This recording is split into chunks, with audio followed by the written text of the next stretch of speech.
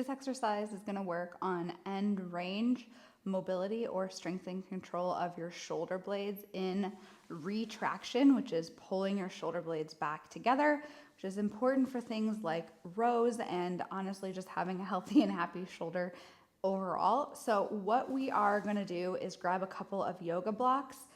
Depending on your flexibility and mobility, you might not need them, but you might actually need a couple of them to stack on top of each other as well. So let's get into the position first. You're gonna go on your stomach and we're gonna put these as close to us as possible. Your head is gonna go into the mat.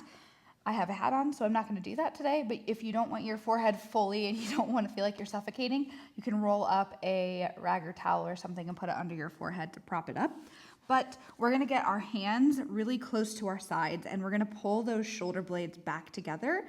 Kind of think about pulling the elbows towards each other and shoulder blades towards your spine. Now the actual movement here is going to be initiating the movement with your shoulder blades by pulling the shoulder blades and squeezing them together to do your liftoff. Now, this position is really challenging. To make it a little bit easier, you can bring the blocks down a little bit more so your elbows aren't as high. Then from there, we can keep the shoulder blades back and then squeeze the shoulder blades together, lifting off and holding for 3 to 5 seconds and parachuting back. Now, the key here is, again, if this is too hard, then we can make it a little bit less challenging by just going on the ground here.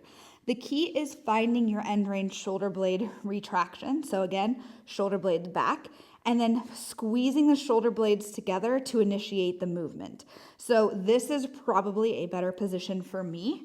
The yoga blocks are too high. You can always use a book or something to make it a little bit of an in-between movement. But the key is to start in your end range position. So start in your shoulder blade retraction and then try to squeeze the shoulder blades and initiate the movement from there. And you should be able to lift just enough to slide a piece of paper underneath your wrists or your fists.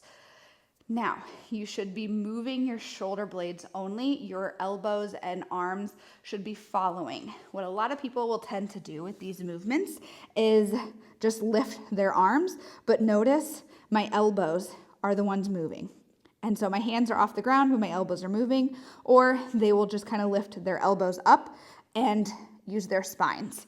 We should only be seeing the shoulder blades squeeze together more for this liftoff and in this movement. You should feel this in between your shoulder blade muscles, and that's what you should feel working. So again, you should find the setup that works for you. Take a little bit of time. Then you can perform your movements from there, squeezing and holding and then parachuting down. Remember, you want to work up to squeezing and floating your arms up and then parachuting down so you're maximally controlling. You can get the most out of the exercise then. Over time, you should try to make it a little bit more of a challenging position.